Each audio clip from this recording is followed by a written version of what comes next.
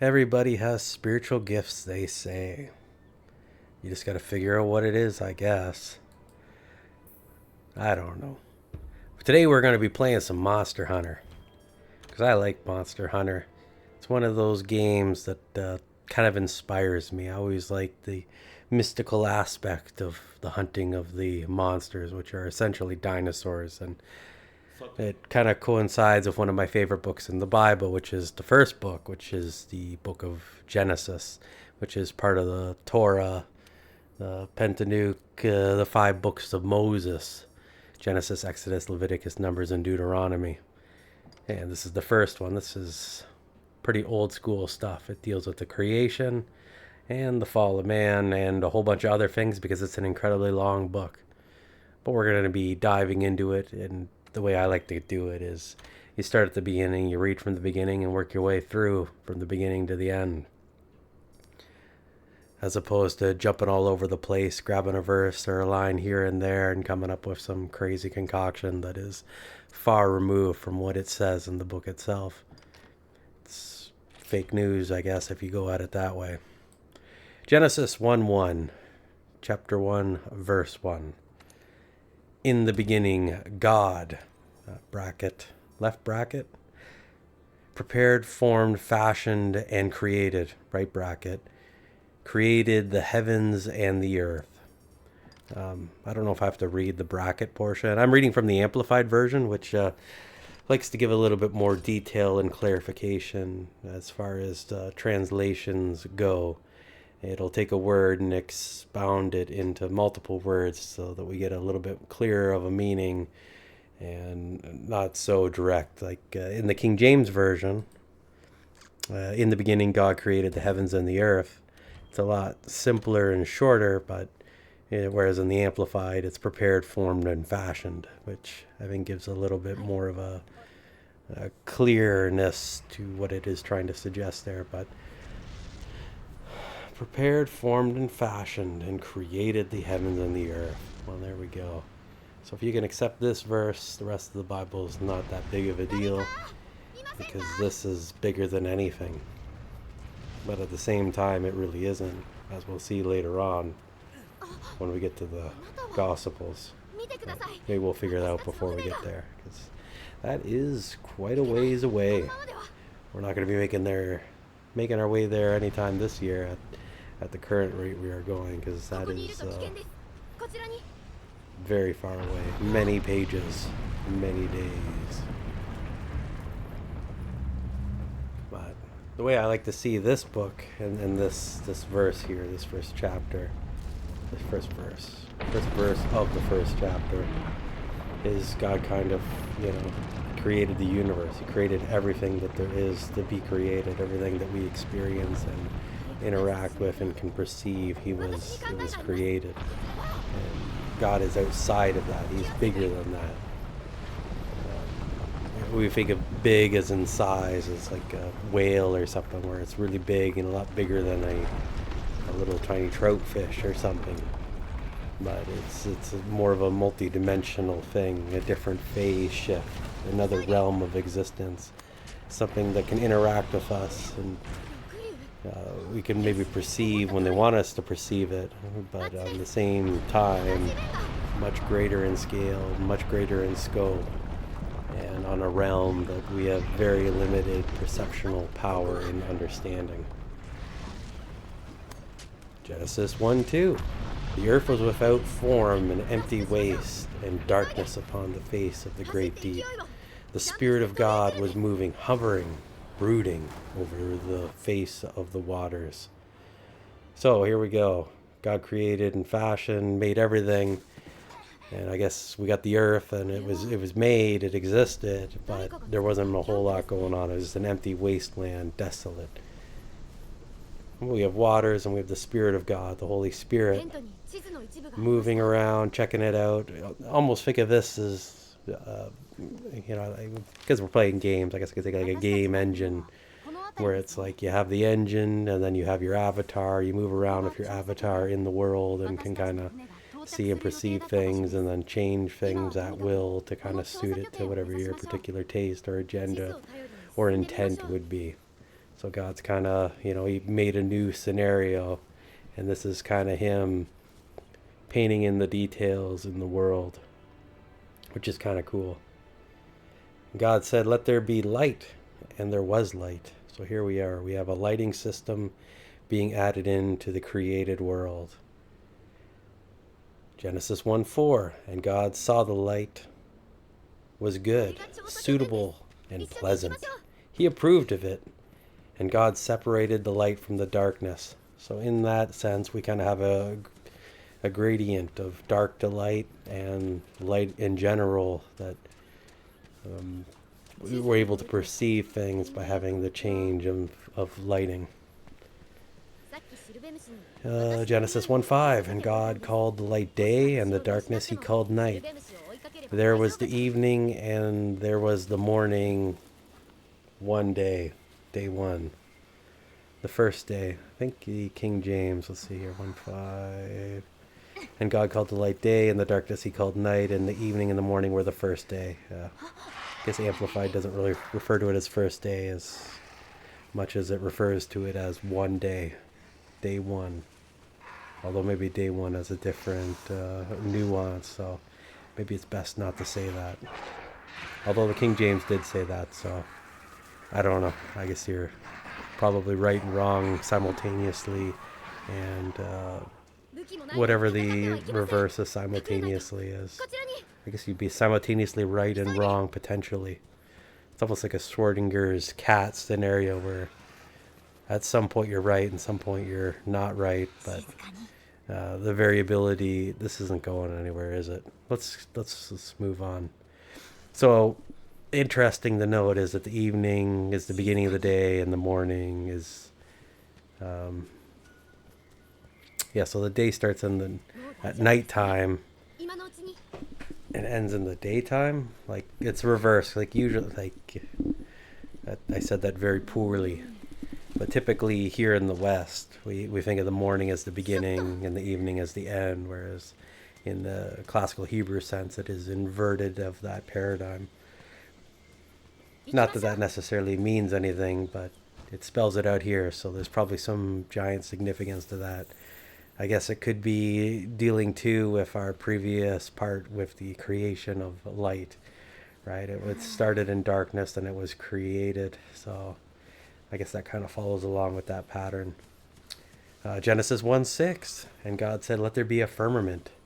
Then it's got a square bracket, the expanse of the sky, and another square bracket.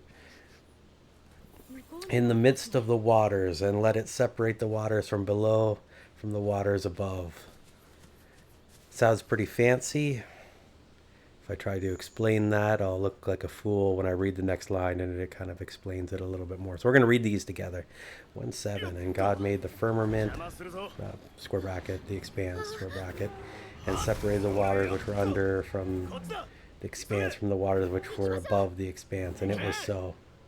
So I guess that's him declaring it and then it happening. But what it exactly is, we'll find out. Find out soon in Genesis 1:7. And God made the firmament. Oh, that was the one we just read. 1:8. And God called the firmament heaven.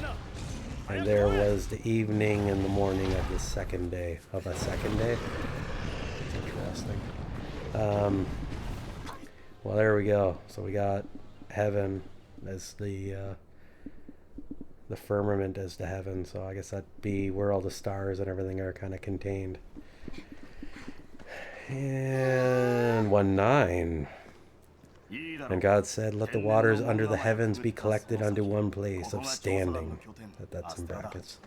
"And let the dry land appear." And it was so. So I guess we were in a water ball at that stage, with water above and water below. That sounds pretty crazy. I'm kind of drawn to thinking of that movie Waterworld, which I find incredibly depressing, and it is way too long for its own good, but I would not recommend watching that movie, and I should have not given it any credit because Waterworld is long.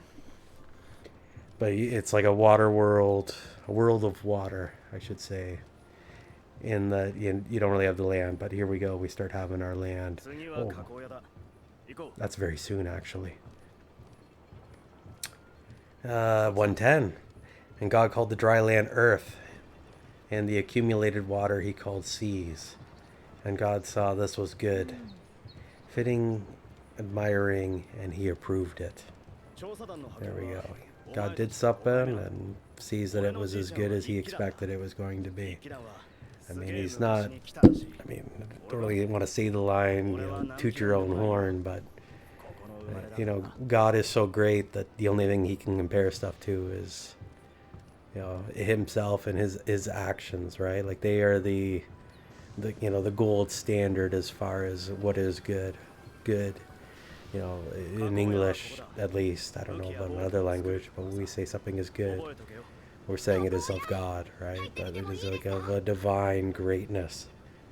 And that's kind of what God has to do sometimes, is because when he does something that is good, it is from his own essence, his own, I was going to say meandering, but that kind of has a negative context.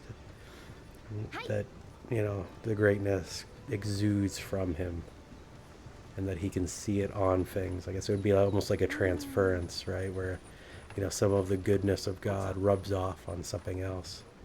And that thing can be considered good from the aspects that implanted from God onto them.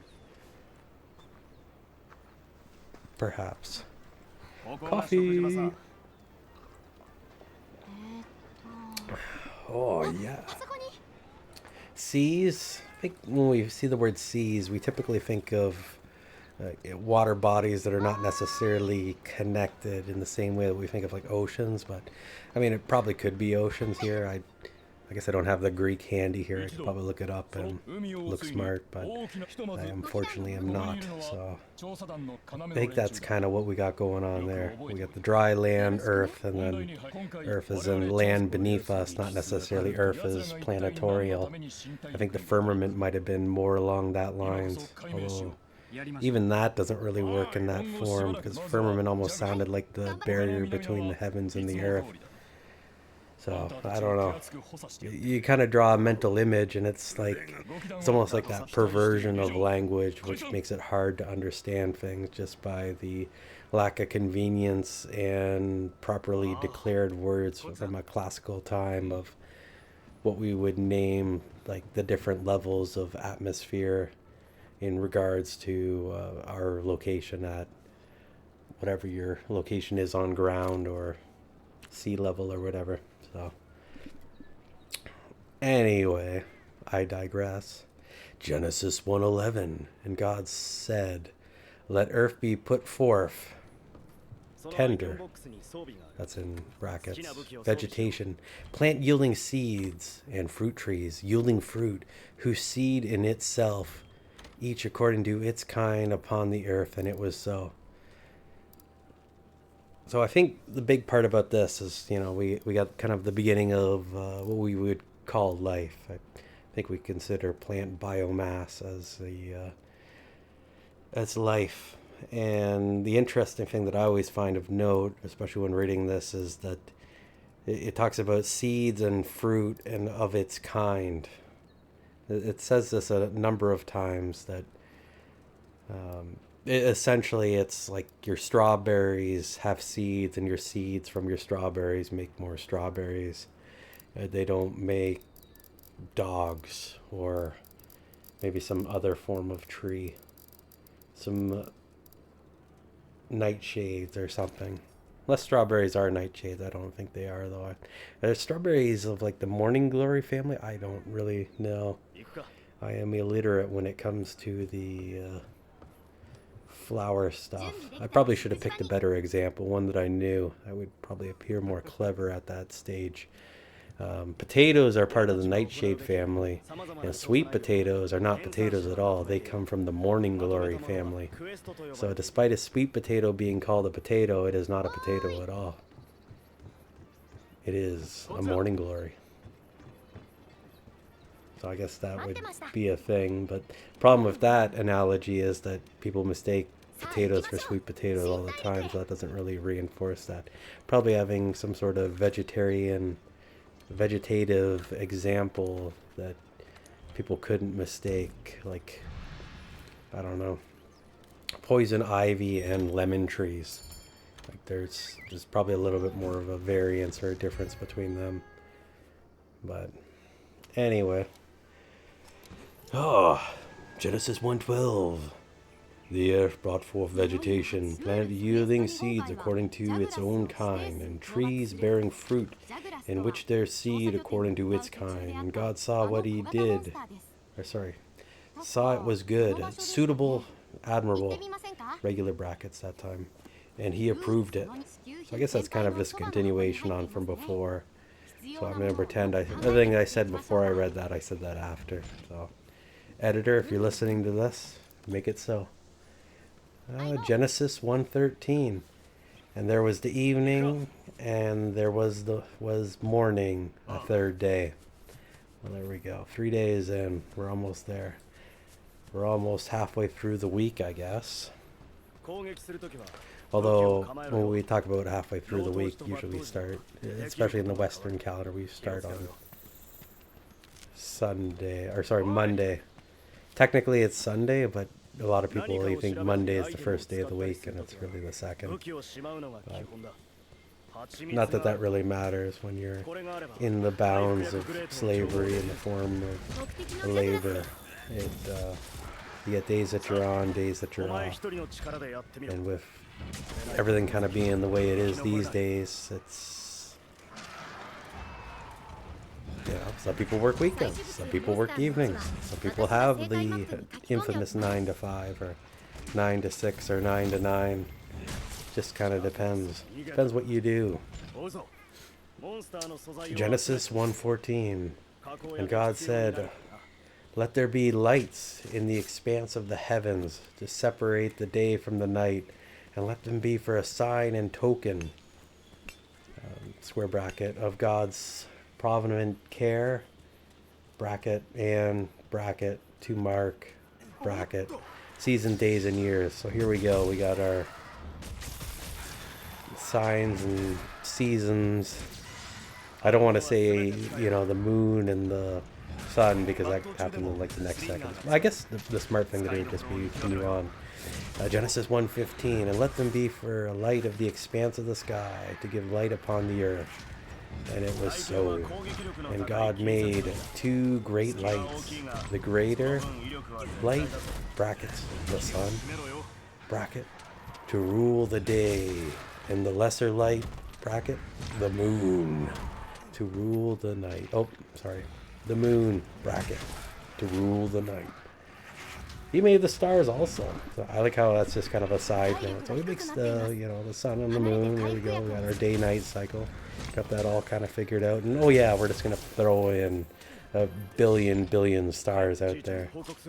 I don't know how many stars there is. There's some verses where it talks about counting them and that you can't really count them. So I don't know. I'm not going to estimate, but there's definitely more than a dozen up there. I can tell you that much.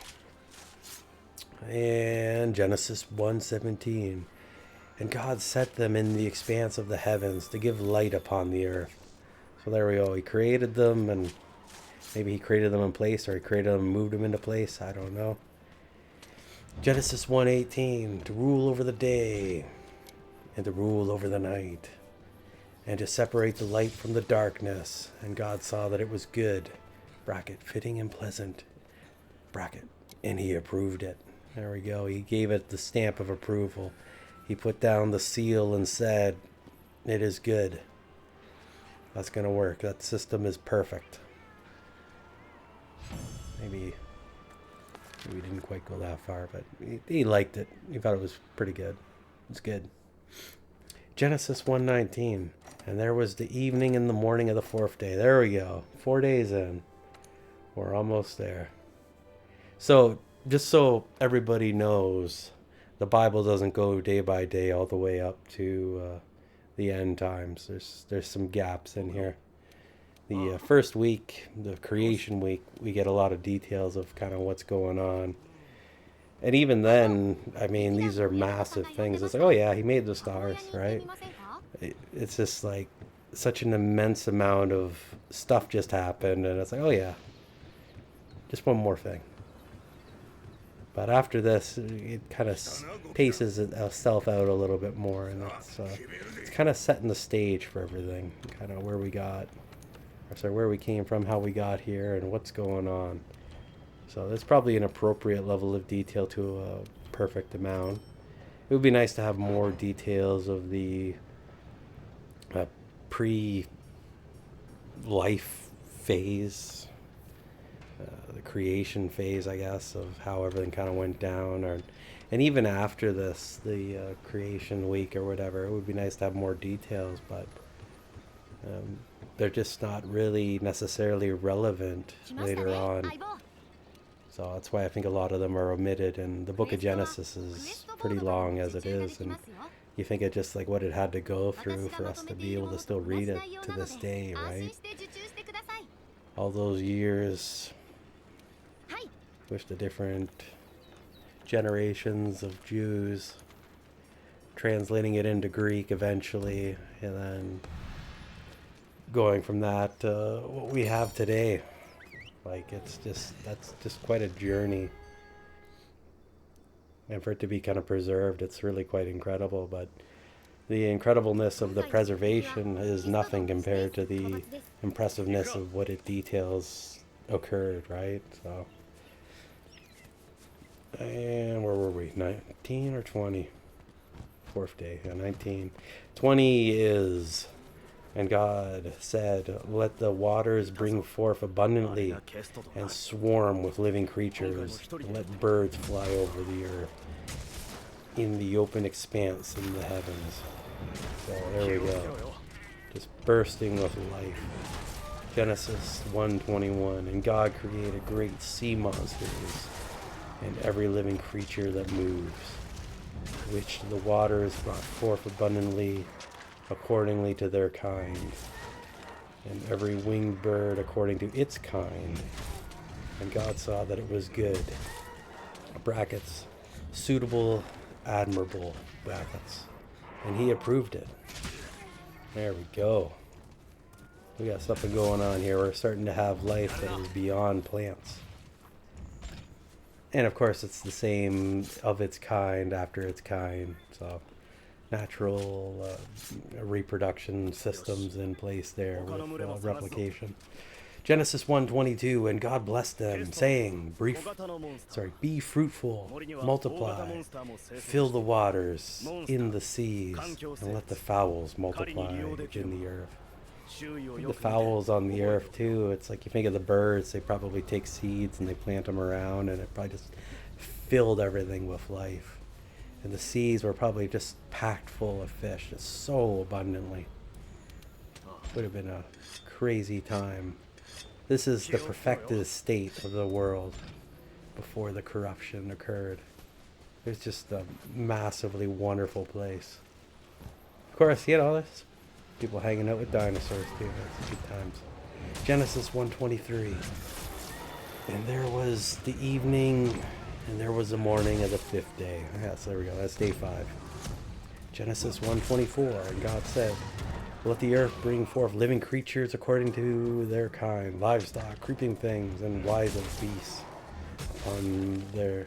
according to their kind. And it was so. Genesis 1:25. And God made the wild beasts of the earth according to its kind, and the domestic animals according to their kind, and everything that creepeth upon the earth according to its kind. And God saw that it was good, fitting and pleasant. He approved it. Genesis 1:26. And God said, let us, brackets, Father, Son, and Holy Spirit, bracket, make mankind in our image, after our likeness, and let them have complete authority over the fish of the sea, the birds of the air, the bracket tame beasts, bracket tame beasts, and over all the earth, and over everything that creepeth upon the earth. There we go. Made in our image. Incredible. Just absolutely incredible. So that was the declaration there. In Genesis 1:27, we have the actualization of such declaration. We have, so God created man in his own image. In the image and likeness of God, he created him. Male and female, he created them. In his own image, is that like a, humanoid thing with like, arms and legs, fingers and toes, faces, ears, and nose and eyes? Or is that image as in, a capability, like having the ability to do good, to be like God? Or is it some sort of combination of the two, having an aspect of God, but at the same time not being God himself, right? Having that difference. And God blessed them. Sorry, 1:28.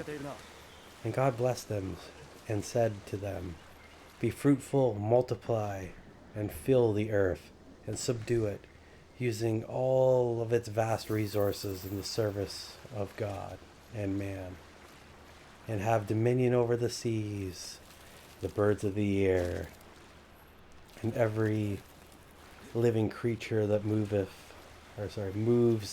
upon the earth. I got too much King James in me there. Genesis 1:29. And God said, see, I've given you every plant yielding seed that is on the face of the land, and every tree with seed in its fruit. You shall have them for food. So this is the vegetarian era. And the thing to note too is it's not they're just eating plants, they eat the seeds of the plants as well.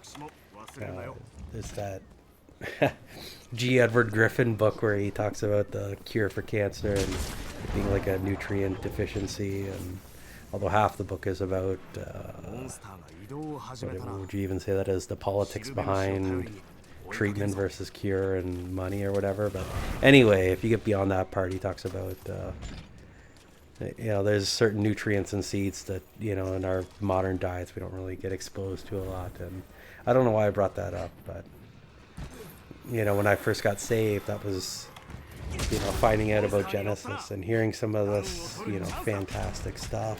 It was very mind-blowing because I didn't really have any experience of anything like that beforehand. And you have someone show you a Bible verse and it's one of the first times you've ever seen one, and it's just like, well, that's really interesting. Is there anything behind that? I don't know, maybe there is, but it is interesting that we don't we eat an apple, but we don't eat the seeds, and it's like, well, don't eat the seeds, there's cyanide in them and some other stuff, and it's like, well, I don't know. So I don't know, it's just something that kind of sticks with me, something I remember from the early days when I was young and more naive before I became jaded with the experience of extended corporeal existence. Anyway, Genesis 1:30. And according to all animals of the earth, and to every bird of the air, and to every creepy thing on the ground, to everything which there is a breathed life, I have given every green plant for food. And it was so. Okay, there we go. That's the other half of that. And God saw everything that he had made, and behold, it was very good. Bracket, suitable and pleasant. Bracket. And he approved completely. And there was the evening and the morning of the sixth day. There you go. There's the first chapter of Genesis.